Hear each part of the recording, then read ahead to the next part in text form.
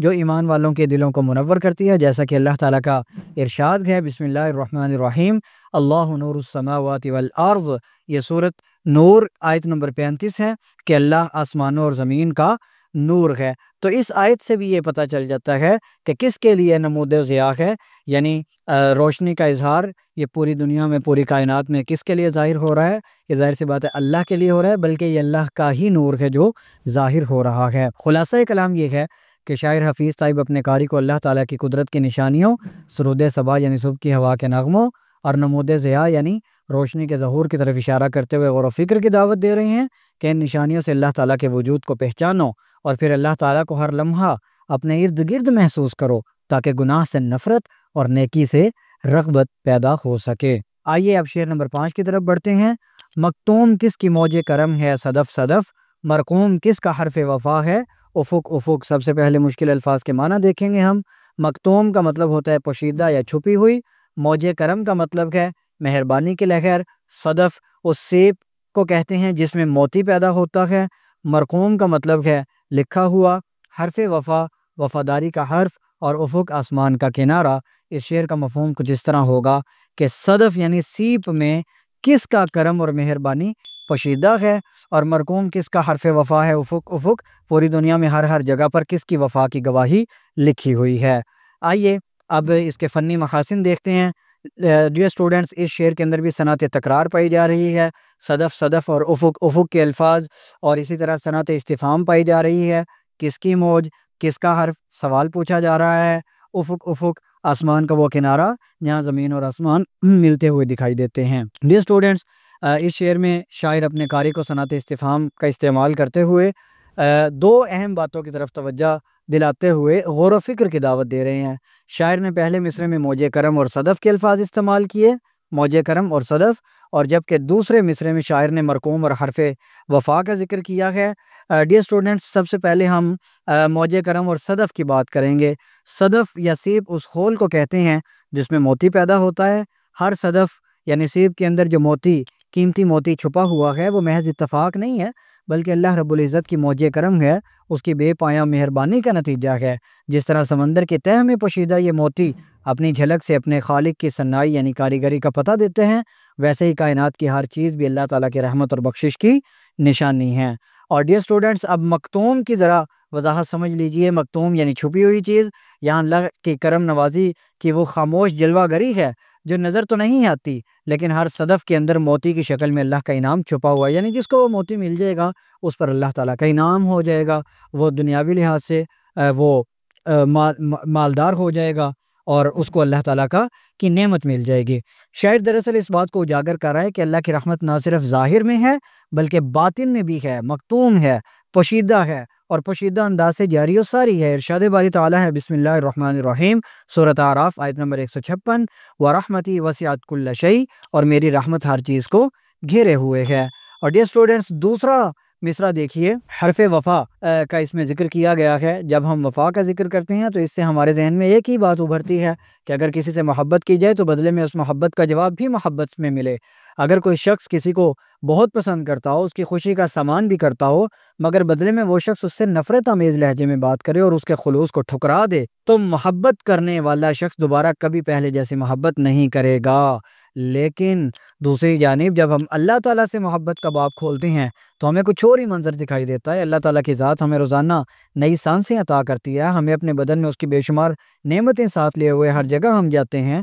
لیکن اکثر و بیشتر ہمارا رویہ اللہ تعالیٰ کے ساتھ نافرمانی اور اس کی حکم عدولی کا ہوتا ہے۔ ہونا تو یہ چاہیے کہ ہم زندگی کا ہر لمحہ اس سے محبت میں گزاریں۔ وہ اربوں خربوں کی مخلوق میں ہمیں نہیں بھولتا، مگر ہمارا ایک خدا ہے اور ہم اسی کی عبادت اور بندگی بجا لانا بھول جاتے ہیں۔ تو حقیقی رازدان، اب دیکھیے اس سب کے باوجود وہ ہمارا رزق اور ہماری سانسیں اور ہمارے دل کی دھڑکن کو روک یا چھین نہیں لیتا بلکہ ہمارا انتظار کرتا ہے۔ ہم گناہوں میں ملوث ہو کر اللہ تعالیٰ کی نافرمانی کرتے ہیں، مگر کبھی اللہ تعالیٰ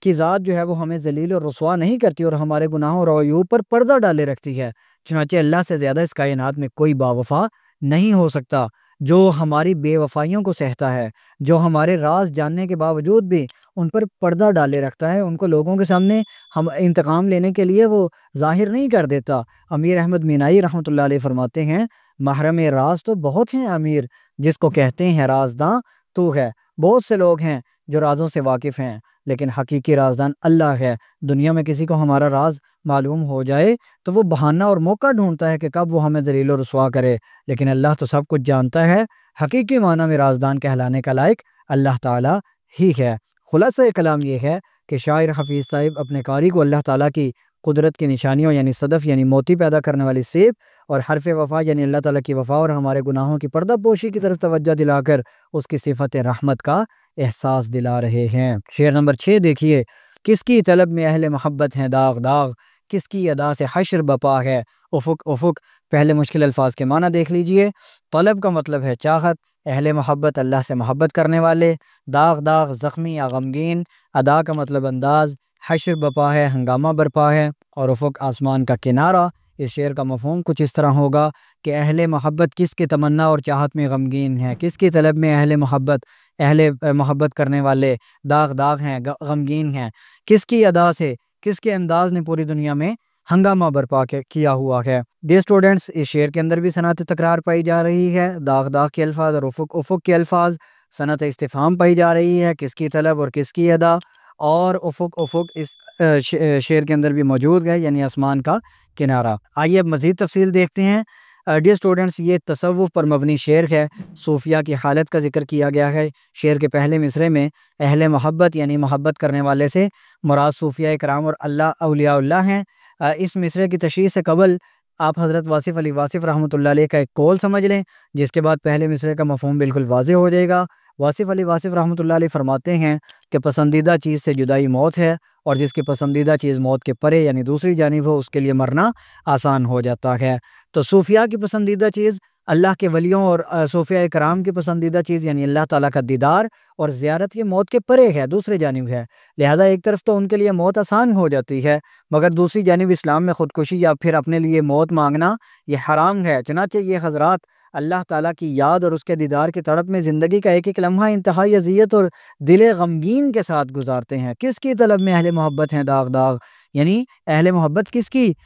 طلب کے اندر تمنا میں زخمی اور غمگین پھر رہے ہیں۔ چنانچہ حضرت موہانی نے اسی حقیقت کی طرف اشارہ کیا ہے کہ پہنچ جائیں گے انتہا کو بھی حسرت جب اس راہ کی ابتدا ہو گئی ہے، یعنی جب ہم اس دنیا میں آ گئے ہیں تو ایک نہ ایک دن مرنا تو ہے ہی، لہذا اے حضرت پریشان نہ ہو، زندگی ایک نہ ایک دن ختم ہو ہی جائے گی اور ہم اپنی منزل یعنی اللہ تعالیٰ کے دیدار کو پا ہی لیں گے۔ یہ اسٹوڈنٹس، کس کی ادا سے حشر بپا ہے، دوسرا شعر دیکھیے۔ دوسرے مصرے یعنی کس کی ادا سے حشر بپا ہے میں شاعر نے ایک ہنگامے اور شور کی طرف اشارہ کیا ہے، چنانچہ وہ اللہ تعالیٰ کی ذات علی صفات ہی ہے جس نے حرف کن سے اس کائنات کو پیدا کر کے تمام مخلوقات سے اس کی رونق بڑھائی۔ چنانچہ زمین و آسمان میں یہ آوازوں کا شور ایک ہنگامہ ہی تو ہے۔ ڈیئر اسٹوڈنٹس، اب اس میں ہمارے کان، اب دیکھا جائے تو ہمیں بہت سی آوازیں سنائی نہیں دیتی، تو اس میں ایک سائنس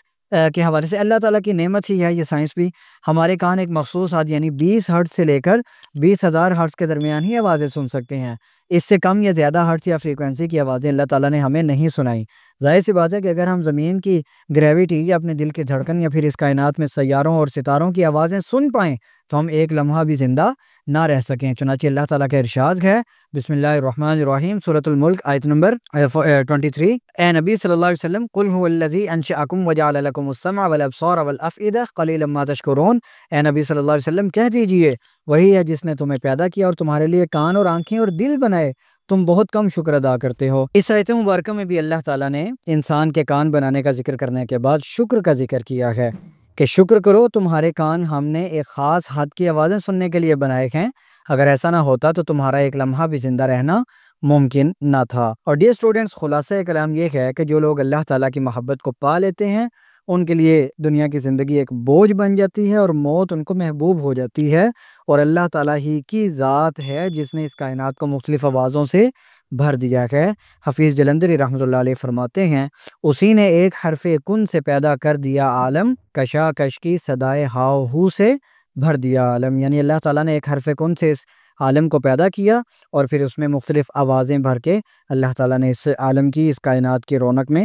اضافہ کیا۔ آئیے اب شعر نمبر 7 کی طرف بڑھتے ہیں۔ سوزاں ہے کس کی یاد میں تائب نفس نفس، فرقت میں کس کے شعلہ نوا ہے افق افق۔ پہلے مشکل الفاظ کے معنی دیکھ لیجئے۔ سوزاں کا مطلب جلتا ہوا، تائب کا مطلب یہ شاعر کا نام بھی ہے تائب، حفیظ تائب، اور تائب کا لفظی مطلب توبہ کرنے والا بھی ہے، اور نفس کا مطلب ہے سانس، اور فرقت کا مطلب ہے جدائی یا دوری، اور شعلہ نوا اس کا مطلب ہے آگ جیسی آواز، اور افق آسمان کا کنارہ۔ اس شعر کا مفہوم کچھ اس طرح ہوگا کہ تائب یعنی شاعر یا توبہ کرنے والا، کس کی یاد میں ہر ہر سانس یعنی ہر ہر لمحہ جل رہا ہے، کس کی جدائی میں پوری دنیا شعلہ نوا ہے یعنی آگ جیسی آواز نکال رہی ہے۔ ڈیئر اسٹوڈنٹس،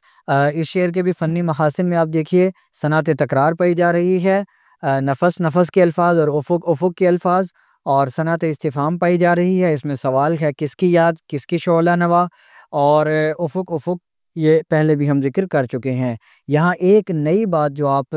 تشریح میں لکھیں گے کہ یہ شعر نظم کا مقطع ہے، اور مقطع غزل یا نظم کے آخری شعر کو کہا جاتا ہے جس میں شاعر اپنا قلمی نام یعنی تخلص استعمال کرتا ہے۔ اس شعر میں شاعر حفیظ تائب نے اپنا قلمی نام تائب استعمال کیا، اور تائب کے اوپر یہ جو علامت ہے یہ اس کو علامت تخلص کہا جاتا ہے۔ اور ڈیئر اسٹوڈنٹس، سب سے پہلے ہم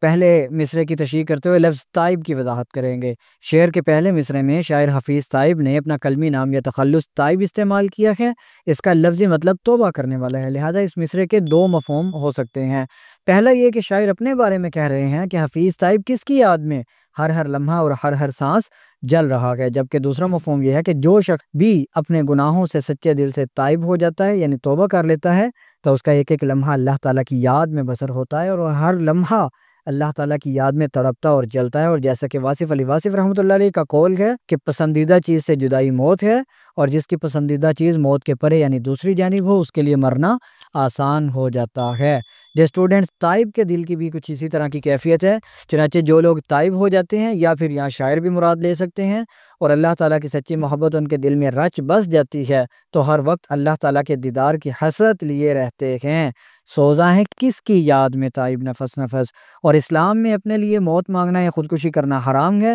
اس لیے اس دنیا کی زندگی ان کے لیے بوجھ بن جاتی ہے، جیسا کہ حضرت موہانی کا بھی شعر ہے کہ پہنچ جائیں گے انتہا کو بھی حسرت جب اس راہ کی ابتدا ہو گئی ہے، یعنی جب ہم اس دنیا میں آ ہی گئے ہیں تو ایک نہ ایک دن مرنا تو ہے، لہذا یہ حسرت پریشان نہ ہو، زندگی ایک نہ ایک دن ختم ہو جائے گی اور ہم اپنی منزل یعنی اللہ تعالیٰ کے دیدار کو پا ہی لیں گے۔ ڈیئر اسٹوڈنٹس، اب دوسرے مصرعے کی طرف بڑھتے ہیں۔ فرقت میں کس کی شعلہ نوا ہے افق افق۔ دوسرے مصرعے میں بھی شاعر نے کچھ اسی قسم کی کیفیت کا اظہار کرتے ہوئے سوال کیا ہے کہ پوری کائنات یعنی افق افق کس کی جدائی میں شعلہ نوا ہے۔ مطلب یہ ہے کہ پہلے مصرعے میں جو بیان کردہ کیفیت ہے یعنی اللہ تعالیٰ کی دیدار کی یاد میں تڑپنا اور جلنا، یہ صرف شاعر حفیظ تائب یا پھر